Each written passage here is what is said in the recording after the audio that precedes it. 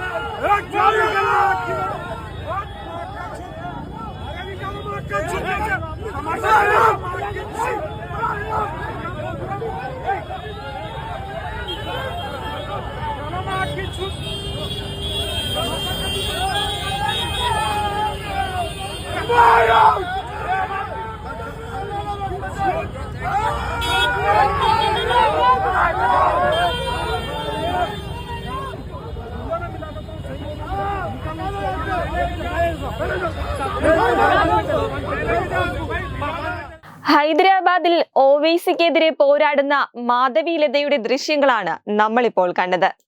നമുക്കറിയാം, കഴിഞ്ഞ ദിവസമായിരുന്നു ഹൈദരാബാദിൽ വോട്ടെടുപ്പ് നടന്നത്.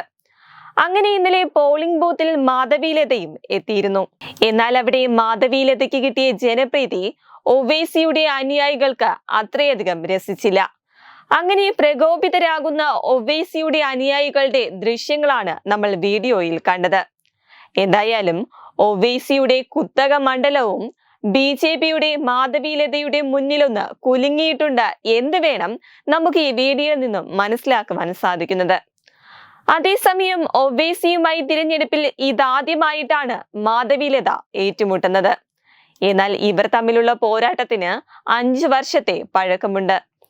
2019 പാർലമെന്റ് മുത്തലാഖ് ക്രിമിനൽ കുറ്റമാക്കി നിയമം നിർമ്മിച്ചതോടെയാണ് ഹൈദരാബാദിന്റെ തെരുവുകൾ കൊമ്പല്ല മാധവി ലതയെ അടുത്തെറിഞ്ഞത്. തൽക്ഷണം മൊഴിചൊല്ലി വനിതകളെ അനാഥകളാക്കുന്ന മുത്തലാഖിനെതിരായ പ്രചാരണത്തിന്റെ മുൻനിരയിലുണ്ടായിരുന്നു മാധവി ലത.